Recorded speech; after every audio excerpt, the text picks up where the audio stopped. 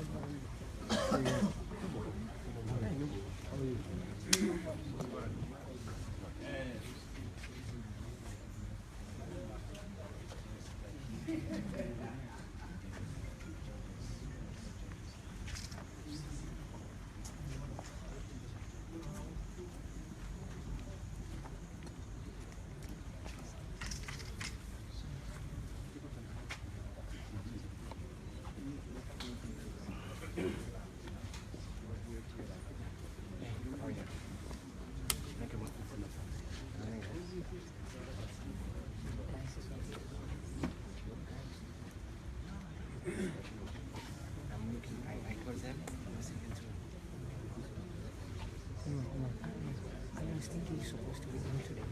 I was even expecting you today. Yeah, no, because we did it.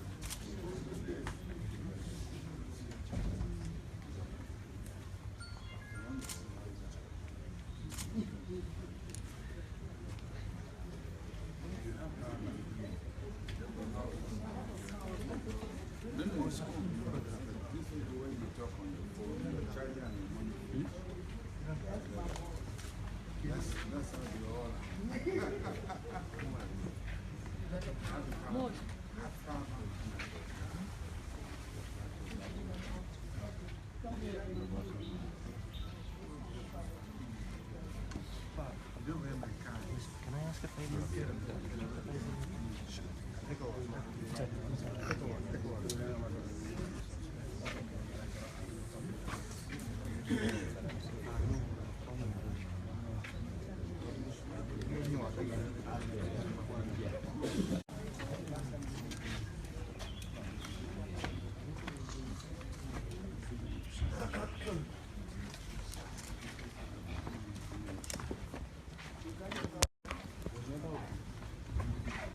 Yeah, push the button on.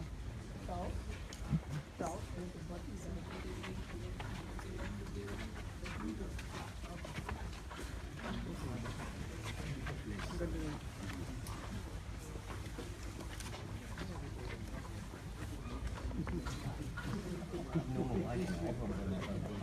Any pictures, we need the magazine.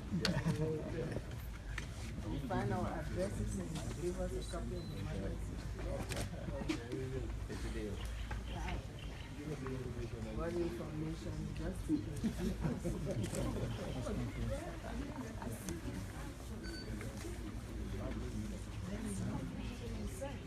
this house is rich.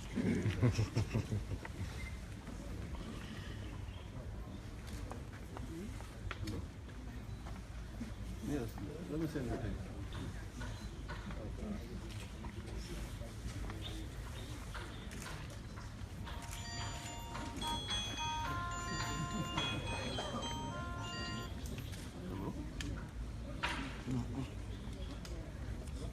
No, ancora DPS là. PS per office da montare.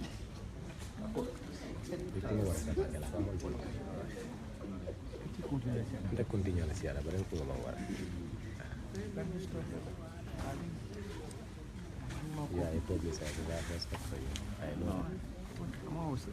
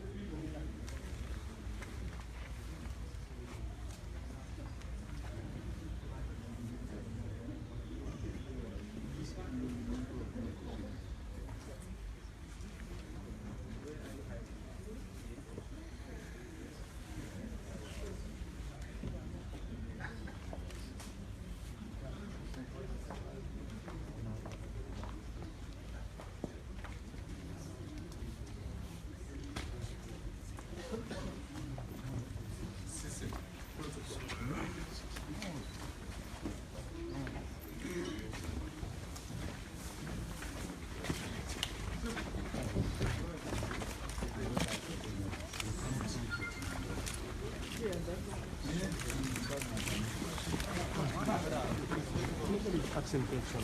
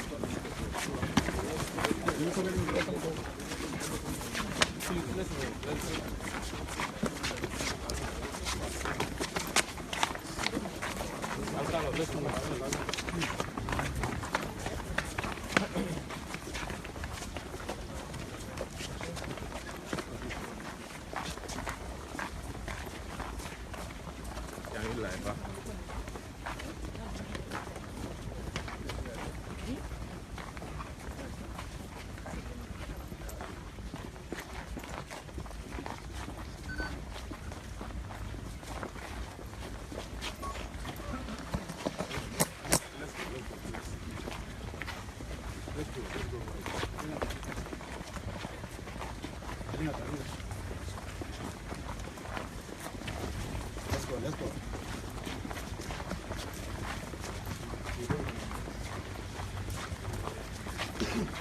Come on.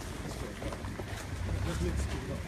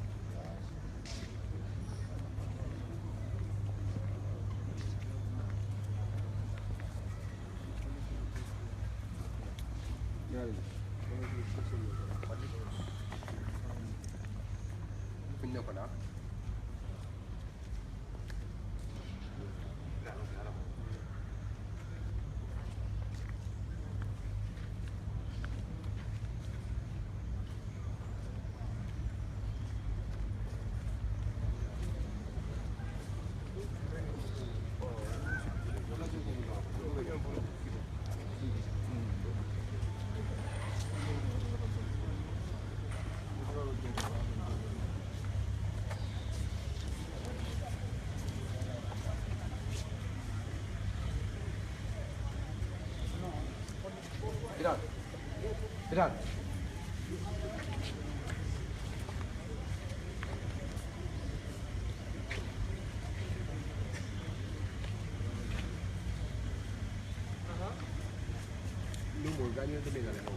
nan lu ni nga demee naka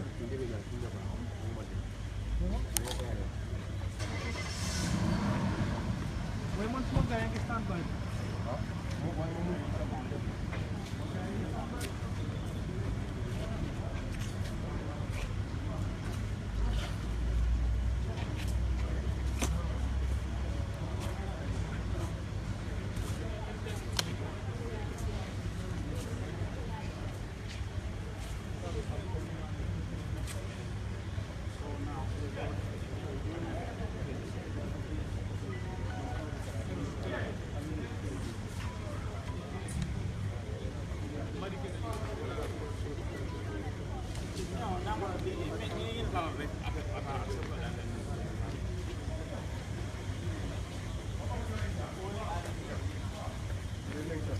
Yes.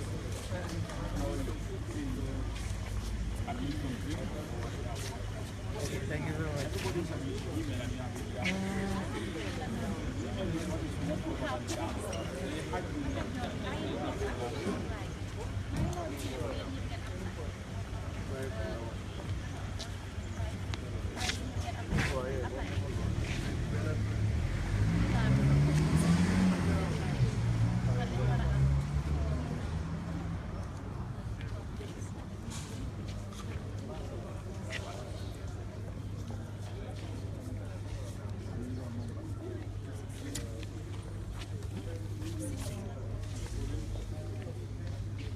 Panjang warna.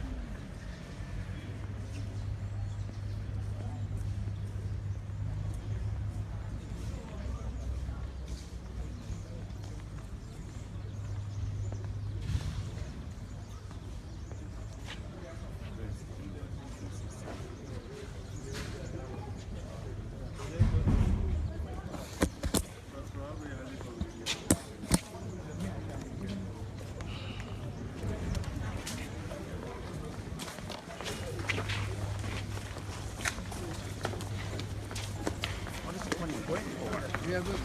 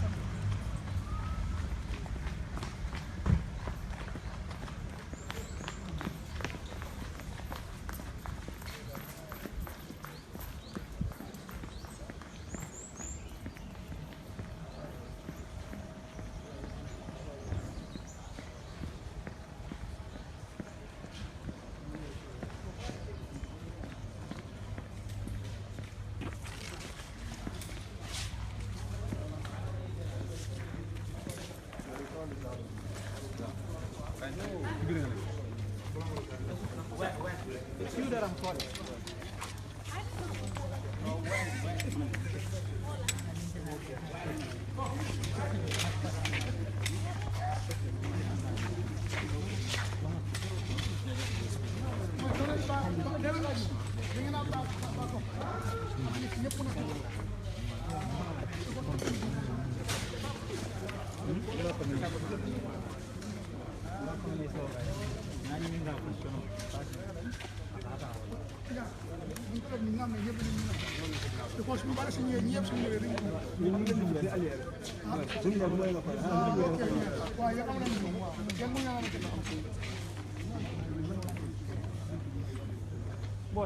Mama da ngay video this to the speaker there so those who have listening there they can able to get right. Okay, so we can do it there.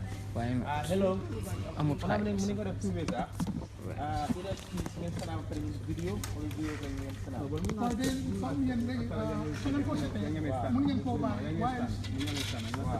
You might bring it up to here. Those using their phones to record, can you put them on airplane mode, please? So that it doesn't ring. We know that the audio betting, you know. aeroplane mode, those who are having their phone. Those using their phones to record. That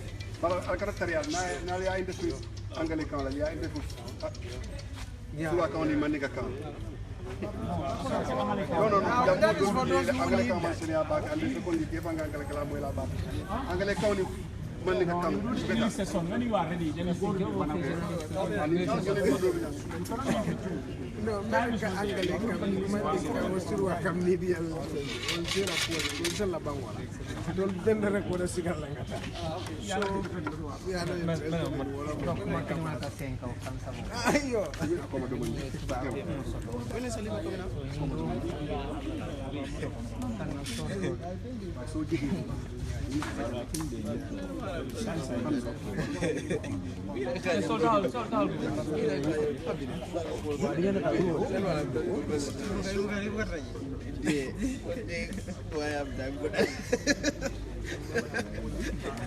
You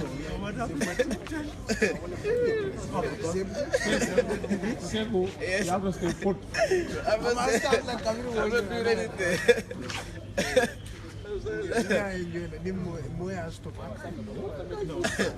What is happening if you don't know what happened? You just want to hear it. You keep telling us that they are already elected. I was free in December. I was not here. I was an IEC. I know everything.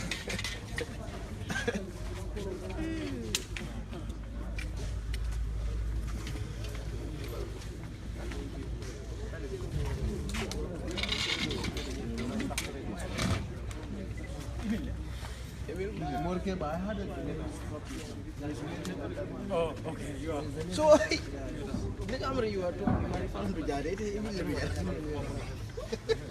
What happened? You think you will be there?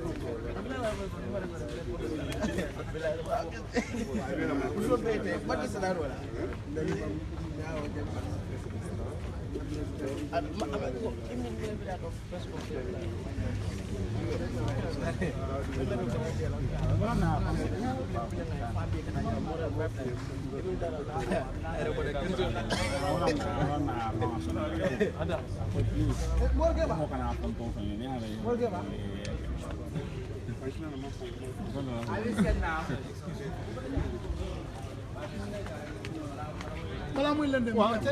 This is the best time. We are set. Yeah, everyone is course. I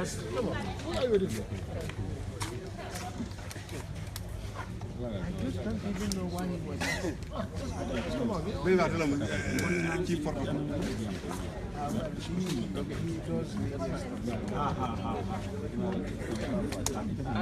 Max, it's not a problem. Maxi, it's not a problem. I put this here.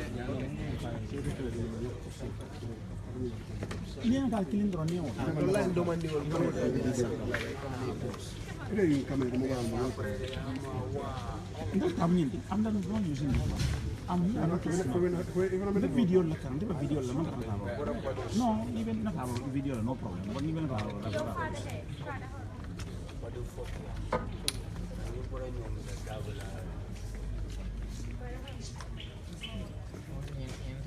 and yeah, ni so put again.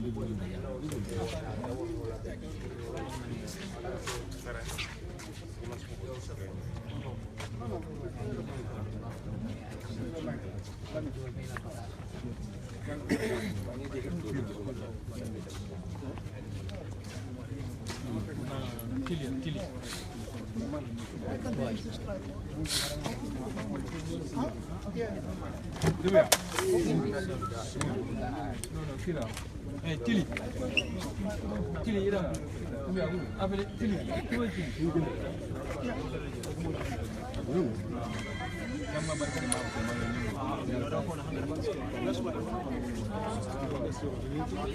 Yes, hello sir. How are you? Yes. Just give us a passport. You said, is it?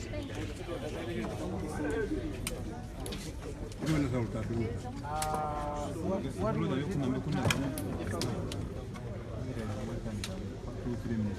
Yeah.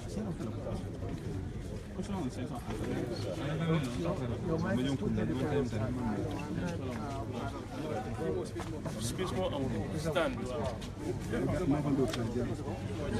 I can call you back.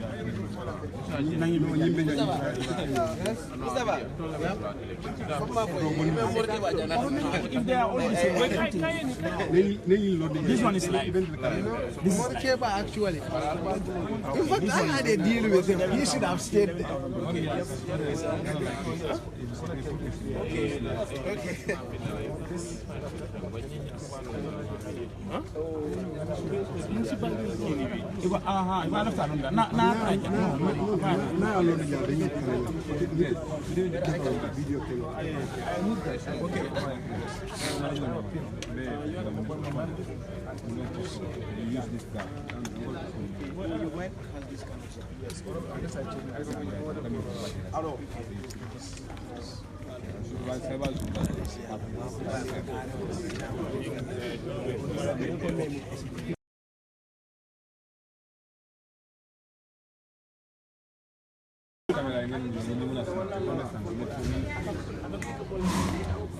buñ dee séddee seen caméra mu correct di ko kii nekk ci gannaaw boo demoon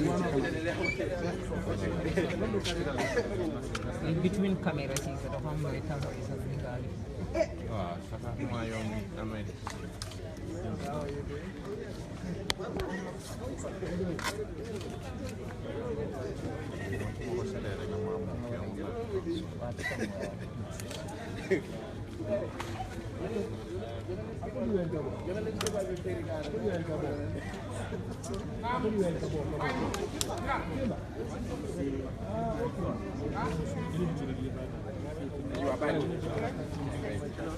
waaw su taxawee fii man du ma mën a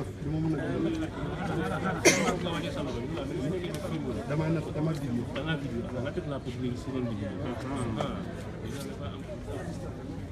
waaw loolu dëgg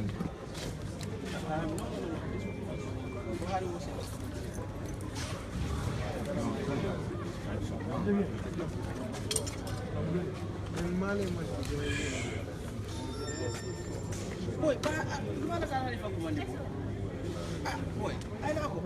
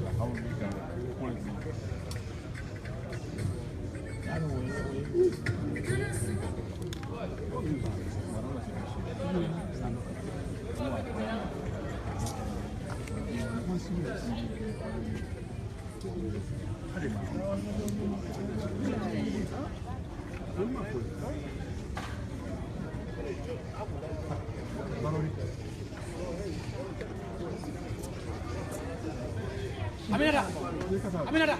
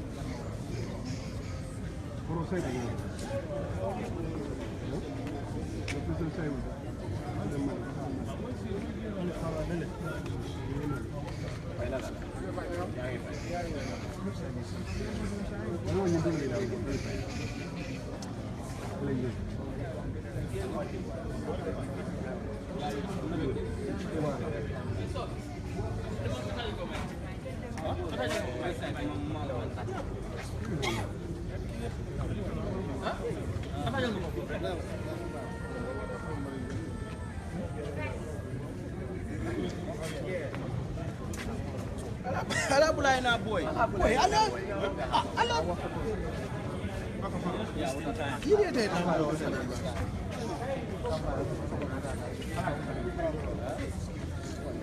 Musa. Musa Musa boo demee noonu jëlaat ko sabba bi da nga war dem taxaw fale na la ko sabba bi Why not nga jël post somewhere? boy man so mu fere du baax Ngi start. parce que ko ni régler yow da nga ñu natal ñu ngi régler ba commencé soo taxawee bi du baax yeen mi natal non man su ma taxawee fi dafa ba non du baax da nga fi da nga ñëw fi Very well. but you don't have da nga war a taxaw fale bul worry Jëlal position somewhere. Mele.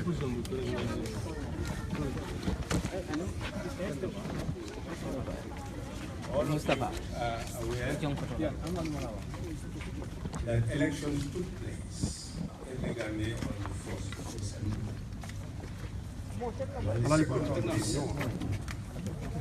The results were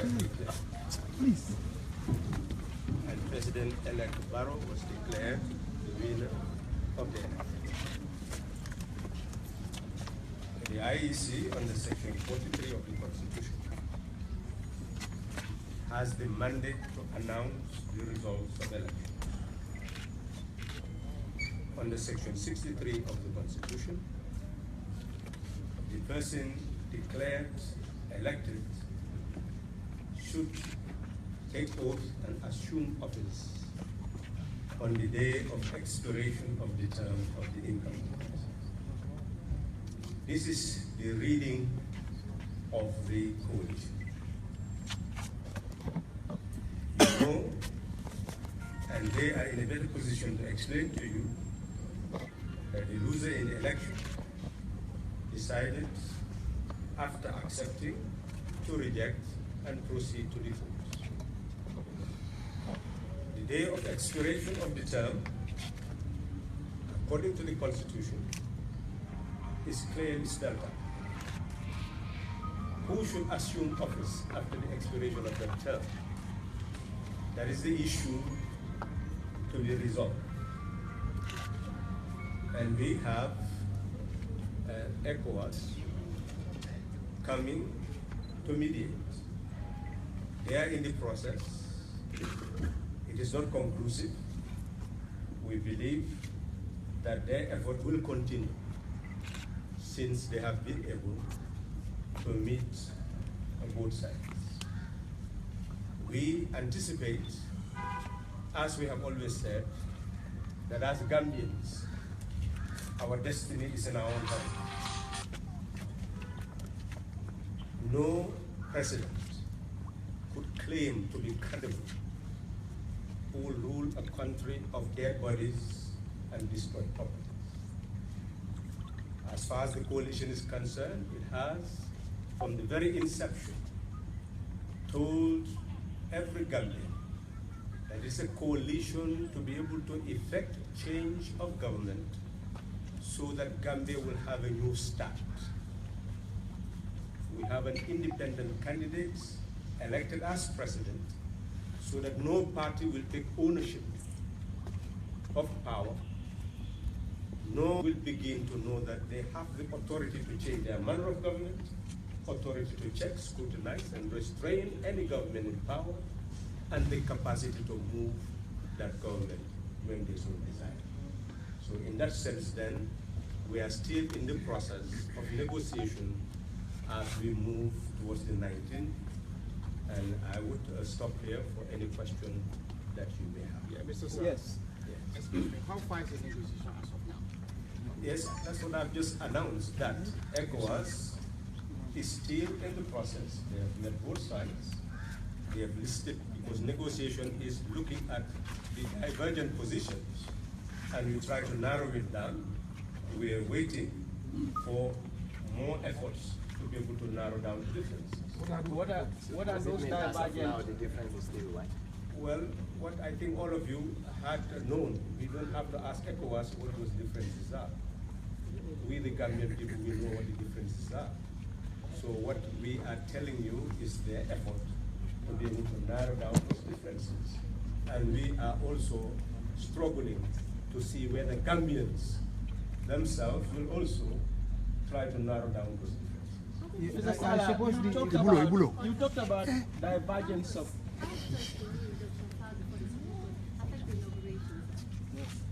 Well, as you said, something is filed.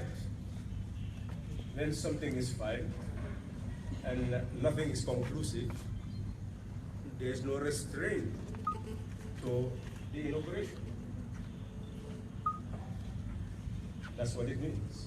Honorable, The injunction is to give an order. is there anything that could stop the inauguration of President-elect Barrow on Thursday night? What we have said is that the Constitution says that there should be no vacancy in the office of President based on the end of a term.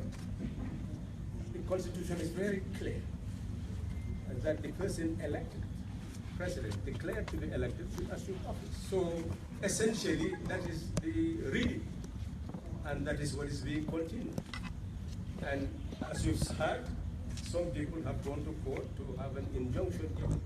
But you know that that process has not taken place. So if it takes place and there is conclusion there, then we'll call a press conference, and then you can ask us, how do you see the conclusion? Mr. Salah, you talked about divergence of positions. What can you summarize for us? What are the key points discussed or the conditions put on the table? That's what I'm saying, that we do not know what Ecowas would discuss with each side. They are mediators, and they will not go and tell you because they are not laying conditions on people. It is our position, and this is the position we have said, that the position of the coalition is that we decided to participate in elections because we are the Gambian people, and we have a right to be elected or to elect. So we participated in the elections, knowing exactly what we are entitled to. What the president-elect is entitled to is, after the results, to head towards being sworn in as president. What you talked about, you said that the talks will continue, but what are the chances? Because we have just few days away from the inauguration. We cannot speculate on talks, because talks means speaking to both sides and narrowing differences. So that is something that we cannot predict. We can simply say, let them continue the initiative. What are because the Gambian people. What are your expectations then? The expectation is that the Gambian people and the international community will not sit and wait and preside over a country that is destroyed by war, destroyed in terms of property, destroyed by human beings, and human beings suffer. How will they avoid that? That's why there is talk, there is negotiation. Is there a chance of that happening? And we have, well, this is what I'm saying. Do you want us to speculate? When do you We cannot speculate. We are saying concrete things have been done. Ecowas is here. What form will the And well, Ecowas is here, and Ecowas has done part of its work, and they are going. So